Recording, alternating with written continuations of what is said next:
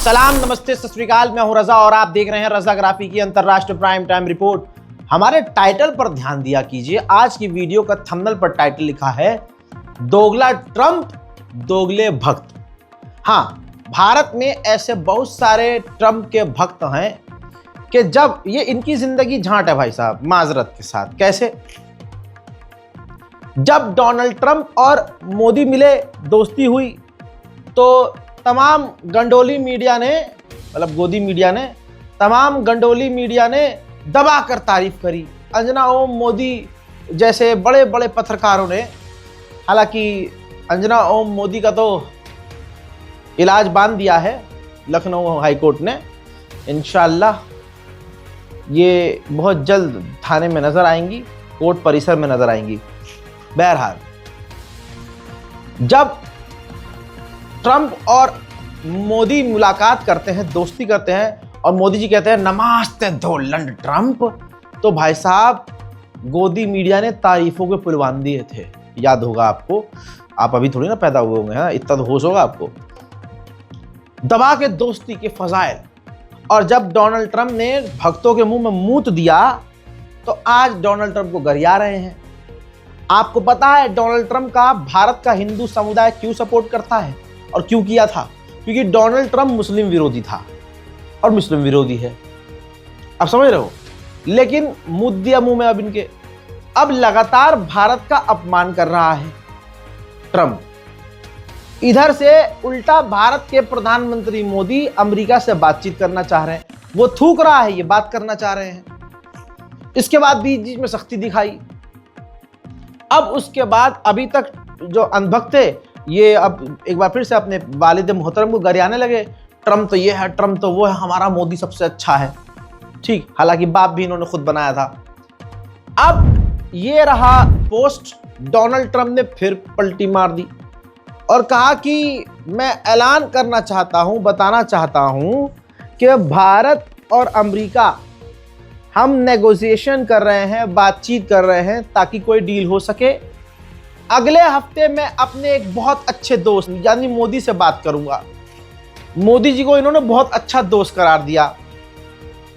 कहा कि भैया मैं तो मोदी से बात करूंगा और उम्मीद करूंगा कि कोई अच्छा रिजल्ट निकल आए। अब यहां पर जो है अंडुओं में एकदम से कोहराम मच गया। अरे दोस्त वापस आ गया, दोस्त वापस आ गया, नाचने लगे। अबे गंडूलो रुको तो सही। एक तरफ डोनाल्ड ट्रंप ने भारत के मोदी जी को अपना दोस्त कह दिया और ट्रेड की बात कर ली। दूसरी तरफ ये गुलाबी सुअर, ये देखो, यूरोपीय यूनियन से प्रेशर डाल के कह रहा है कि रशिया, चाइना और भारत पर 100% टैरिफ लगाओ। खुद ने 50% टैरिफ लगाया है और यूरोप से कह रहा है यही डोनाल्ड ट्रंप कि 100% टैरिफ भारत पर लगाओ। अभी एक सेकंड पहले जिस इंसान ने कहा था मैं अपने बहुत अच्छे मित्र से बात करूंगा, ऐलान करता हूं कि अमेरिका और भारत ट्रेड पर बात कर रहे हैं, अंदर से ये है। अच्छा, शेर को सवा शेर मिल गया। हमारा वाला भी भाई साहब कभी भी कुछ भी लंबी फेंक देता है और कभी भी पलट जाता है। अब ऐसे को सवा शेर मिल गया है। वो यहां कुछ और कहता है, वहां कुछ और कहता है, लेकिन कम से कम वो ये नहीं कहता कि जहां जाता है मेरा जर्मनी से पुराना रिश्ता है, मेरे मामा के ताऊ के बेटे की मासी की छोटी बहन का बड़ा पति, उसके औलाद पहली वाली से जिसकी 3 औलाद हुई, उनका रिश्ता बहुत गहरा है जर्मनी से, इसलिए मुझे जर्मनी बहुत पसंद है।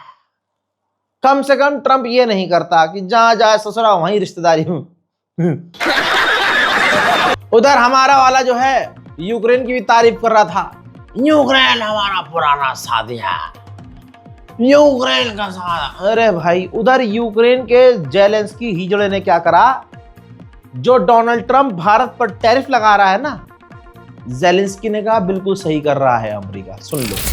No, I think what I think I think the idea to put tariffs on the countries who continue make deals with Russia, I think this is right idea. हजरात, डोनाल्ड ट्रंप का एक पालतू जानवर है, ये देखिए, जो आए दिन भारत के खिलाफ जहर उगलता है।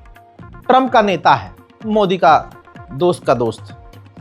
इसने अब जहर उगला, कहा कि ब्रिक्स साथ में नहीं रह सकता, यानी जिस संगठन में हम हैं, भारत है, जिसमें Brazil, Russia, India, China, south Africa और कई भी देश हैं, तो इस ग्रुप को इस नेता ने कहा है, ट्रंप के आदमी ने कहा है कि ये साथ में रह ही नहीं सकते, ये एक दूसरे से जलने वाले हैं, ये एक दूसरे को नोच देंगे और एक दूसरे को खुद बर्बाद कर देंगे। डोनाल्ड ट्रंप के इस पालतू ने ये तक कह दिया कि चाइना, रशिया और भारत वैम्पायर हैं जो हमारा यानी अमेरिका का खून चूस रहे हैं। ये बयान सुनाना जरूरी है। The bottom line is none of these countries can survive if they don't sell to the United States, and when they sell to the United States their exports, they're like vampires sucking our blood dry with their unfair trade practices. So look, let's see what happens, but I don't see how the BRIC alliance stays together since historically they all hate each other and kill each other. मेरे दोस्तों, इसी छिली हुई मुर्गी ने यह भी धमकी दी भारत को कि अगर भारत अपने आप टेबल पर आकर हमसे डील नहीं करता, बात नहीं करता, तो यह भारत के लिए अच्छा नहीं होगा। इसी अमेरिका की गुलामी भारत का हिंदू समुदाय सिर्फ इसलिए कर रहा था क्योंकि अमेरिका मुस्लिम विरोधी था, ट्रंप मुस्लिम विरोधी था।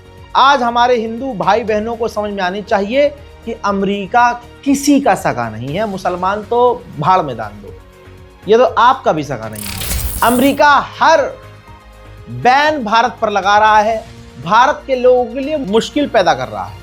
अमेरिका ने बैन लगा दिया है कि कोई भी भारतीय अब दूसरे या तीसरे देश से अमेरिका का वीजा अप्लाई नहीं कर सकता है। अगर कोई भी भारतीय को अमेरिका आना है तो उसे भारत से ही वीजा अप्लाई करना होगा। अमेरिका के ऊपर लठ मारते हुए चाइना ने भारत का साथ दिया। चाइना के मंत्री ने ऑफिशियल बयान में कहा कि ये दादागिरी, ये जुल्म हम बर्दाश्त नहीं करेंगे। भारत के ऊपर जो टैरिफ लगाया गया है अमेरिका के द्वारा, हम इसमें अमेरिका के खिलाफ हैं और हर तरह से भारत के साथ। भाई साहब, हमने दोगले देखे लेकिन ऐसे दोगले न देखे।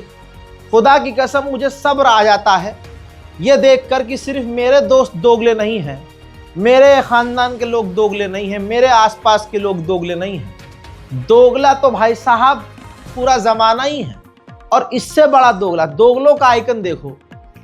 जब चाइना गए थे प्रधानमंत्री मोदी, रिपोर्ट यह है, तो चाइना के एक्सपर्ट ने कहा कि जो एंटी वेस्ट अलायंस ग्रुप बनाने वाले हैं चाइना और कुछ देश, उसमें भारत शामिल नहीं होगा। क्यों? क्योंकि भारत के जो 56 इंच की छाती वाला आदमी है, उसके सीने में तकलीफ और डर यह है कि कहीं अमेरिका और वेस्टर्न हमसे चिढ़ न जाएं। हम रूस का एक फाइटर जेट इस्तेमाल करते हैं Su-30 MKI।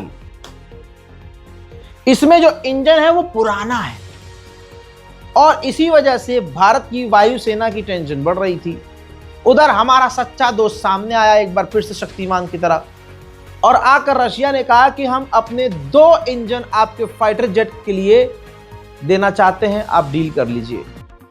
अब बेहतर ही यही है, फिलहाल तो डील नहीं हुई है, बेहतर यही है कि भारत रूस से तुरंत डील कर ले। लीजिए, पहली बार चाइना ने अपना 6th जनरेशन का अब तक का सबसे टॉप फाइटर जेट J-36 दिखा दिया है।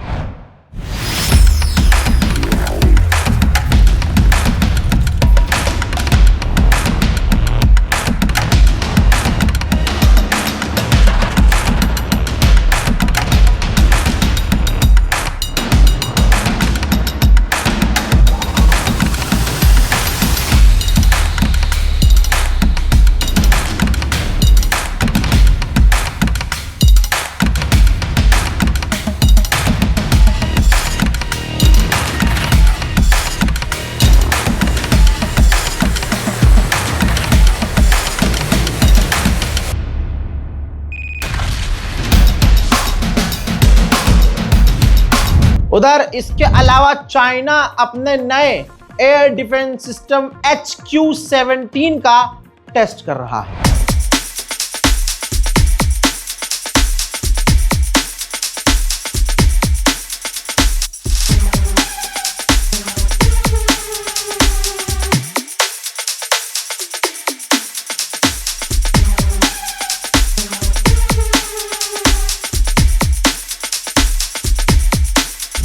वहीं भारत के जो सेनापति हैं उन्होंने कहा कि भारत को लंबी जंग के लिए तैयार रहना चाहिए। रूस और यूक्रेन की जंग जो है कैलकुलेटेड नहीं थी, अनुमान नहीं था। उधर ईरान और इराक की जंग 10 साल तक चली थी और ऑपरेशन सिंदूर 4 दिन में खत्म हो गया। लेकिन भारत के लिए खतरा है और भारत के लिए आगे का जो समय है वो ऐसा है कि भारत को लंबी जंग के लिए तैयार रहना चाहिए। देखिए, if we need to look into that when Russia went in for war, we always thought that this war will last only for 10 days. Iran-Iraq war, when we saw it was there for approximately 10 years. But when it came to the Op Sindoor, we were not sure for how many days it will remain, and most of us were saying why it's finished in a 4-day test match. So what it means, war is always unpredictable. We are not sure what kind of a psychological impact a particular issue would make. So I will put it, as far as we are concerned, we look at 3 aspects. SCO की चीन में जो meeting हुई, उस meeting से पहले America के defence minister ने ट्राई किया था कि चाइना के डिफेंस मिनिस्टर से अमेरिका के डिफेंस मिनिस्टर की बात हो जाए, लेकिन चाइना ने ठुकरा दिया। चलो चल तुझसे बात करें, चल तेरी हट। चाइना ने साफ मना कर दिया, हम तुझसे बात नहीं करेंगे। और अगर हमारा वाला तो पतलून उतार के अमेरिका जाकर डोनाल्ड ट्रंप की गोद में बैठकर झूला झूलते हुए सुनता। हाँ जी बोलो गोरी चमड़ी, क्या कह रहे हो तुम? अरे तुम कहो तो तुम्हारे कदमों पे डाल दूं पूरा देश निकाल के। आधा तो मैंने अदानी को दे दिया है, आधा बचा हुआ है, आधे में हम नोच घसीट कर रहे हैं, कहोगे तो हम आपको दे देंगे। उधर चाइना बड़ी तैयारी में है। जरा तस्वीर देखिए, चाइना मास प्रोडक्शन कर रहा है ड्रोन की और रोबोट ड्रोन की। लड़ाकू ड्रोन है और कमर्शियल ड्रोन है, खासकर हथियार वाले ड्रोन। अब चाइना का इरादा आगे क्या है मैं आपको एक्सप्लेन नहीं कर सकता। अब ये तस्वीर डराने वाली देखिए। चाइना लगभग हर दिन 100 मिसाइल बना रहा है। कितनी मिसाइल? 100 मिसाइल। तो आप समझ सकते हैं चाइना की तैयारी बारात लाने की तो है नहीं। भाई सही कह रहा हूं ना, मिसाइल कोई बारात में थोड़ी छोड़ेगा वो। भारत के लिए खतरा है चीन। देखिए, नेपाल की गवर्नमेंट ने चाइना और भारत से कहा है कि लेपुलेक का इलाका हमारा है, उस इलाके से जो आप ट्रेड करने की एग्रीमेंट करके बैठे हो, ये एग्रीमेंट कैंसिल करो। अबे तो पागल वागल लेके, अबे भाई अपनी सरकार बचाई नहीं गई, जेन जी जनरेशन ने इनका XYZ कर दिया। चले अपने देश से फरार हो बे तुम, और लेपुलेक हमारी जमीन है। ज्यादा ज्ञान पेलोगे तो अंदर घुस के मारेंगे। उधर पाकिस्तान की सेना का खेल देखिए। पाकिस्तान की सेना आम और गरीब जनता का फंड काट के स्कूल, कॉलेज, यूनिवर्सिटीज, मेडिकल, इन तमाम संस्थानों का जो पैसा है काट के परमाणु पनडुब्बी, युद्धपोत, टैंक, हथियार, इन सब में इन्वेस्ट कर रही है और खरीद रही है। अब पाकिस्तान की आवाम को दुनिया बेवकूफ समझती है, लेकिन सच्चाई यह है कि पाकिस्तान की जनता जितनी देर में आप शलवार पहनोगे और उतारोगे, उतनी देर में आपका पूरा सच बता देगी पाकिस्तानी आवाम। पाकिस्तान की आवाम अपने मुल्क की गवर्नमेंट को अच्छे से पहचानती है। किसी पाकिस्तानी ने मुझे बताया था, भाई यहाँ जो सरकार है और जो फौज के खिलाफ अगर आपने बोल दिया, फोन पर, मैसेज में, मेल पर, घर से उठा लिए जाओगे, गायब हो जाओगे। अब एमनेस्टी इंटरनेशनल की रिपोर्ट है। एमनेस्टी ने कहा कि चाइनीज इंस्ट्रूमेंट, चाइनीज टेक्नोलॉजी का इस्तेमाल करके पाकिस्तान की सरकार अपनी ही आवाम पर जासूसी कर रही है, मिलियंस ऑफ लोगों पर नजर रख रही है, उनकी बातें सुन रही है, उनके डेटा में घुसी हुई है। उधर अमेरिका की मेटल कंपनियों ने पाकिस्तान से $500 मिलियन की डील कर ली है।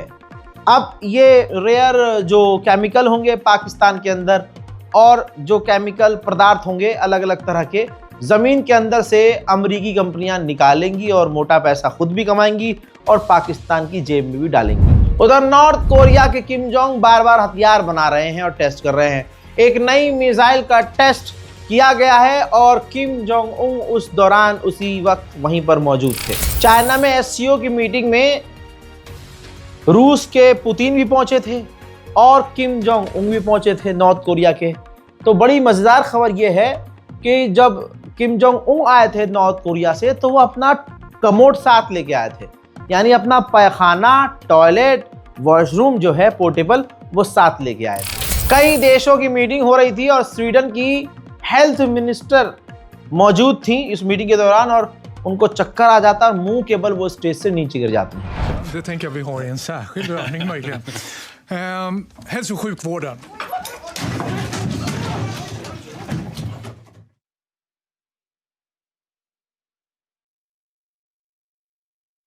बताइए, स्वीडन की ये हेल्थ मिनिस्टर हैं जिनकी खुद की हेल्थ बिगड़ी हुई है।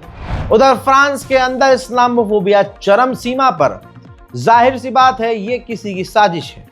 रिपोर्ट के मुताबिक फ्रांस की मस्जिदों के बाहर 9 सुअरों के सर मिले हैं। जी हाँ, मतलब हर चीज, मैं सुअर बोलता हूं तो लोग अंधभक्तों की तरफ चले जाते हैं। यार अंधभक्तों की बात नहीं कर रहा हूं, सुअर एक बार साफ हो जाएगा लेकिन अंधभक्त साफ नहीं होंगे, तो यहां उनकी बात नहीं।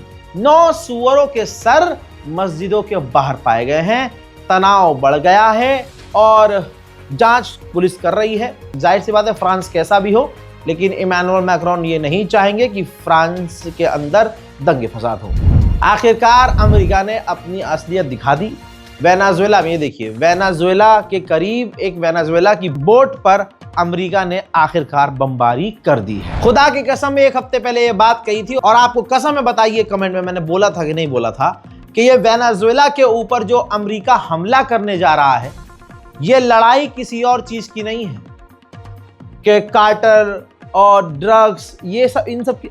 वेनेजुएला के पास दुनिया में सबसे ज्यादा तेल है। आपने अफगानिस्तान, इराक और आसपास के इलाकों में अमेरिका ने क्या किया तेल के लिए सबने देखा, लेकिन दुनिया का सबसे ज्यादा तेल वेनेजुएला में है। तो अमेरिका सिर्फ इस तेल के लिए वेनेजुएला पर कब्जा करना चाहता है।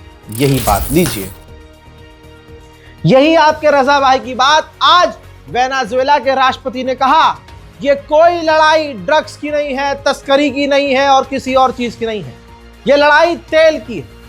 अमेरिका एक और जंग की तैयारी कर रहा है और वो सिर्फ और सिर्फ तेल के लिए कर रहा है, क्योंकि हमारे पास सबसे ज्यादा तेल है। उधर अमेरिका का वॉर मिनिस्टर जो युद्धपोत बिल्कुल एयरक्राफ्ट करियर बिल्कुल वेनेजुएला के करीब है, वहां उस पर गया और जाकर उसने वहां पर भड़काऊ बयान दिया और एक लाइन बोली कि सवाल यह नहीं कि होगा कि नहीं, सवाल यह है कि कब होगा। यानी ये वेनेजुएला को धमकी देता वहां जाके, कहता है कि सवाल यह नहीं कि हमला होगा कि नहीं, सवाल यह है कब होगा। धमकाया जा रहा है। उधर वेनेजुएला ने आधिकारिक तौर पर, ये वीडियो देखिए, वहां का जो है सेना का एक जवान है जो अनाउंस कर रहा है कि 25,000 फौजी वेनेजुएला ने बॉर्डर पर तैनात कर दिए हैं। उधर वेनेजुएला ने ईरान के राष्ट्रपति से फोन पर बात करके तमाम हालात बताए। उधर चाइना भी कूद गया है। जी हाँ, याद रखिएगा, बड़ा कांड होने वाला है।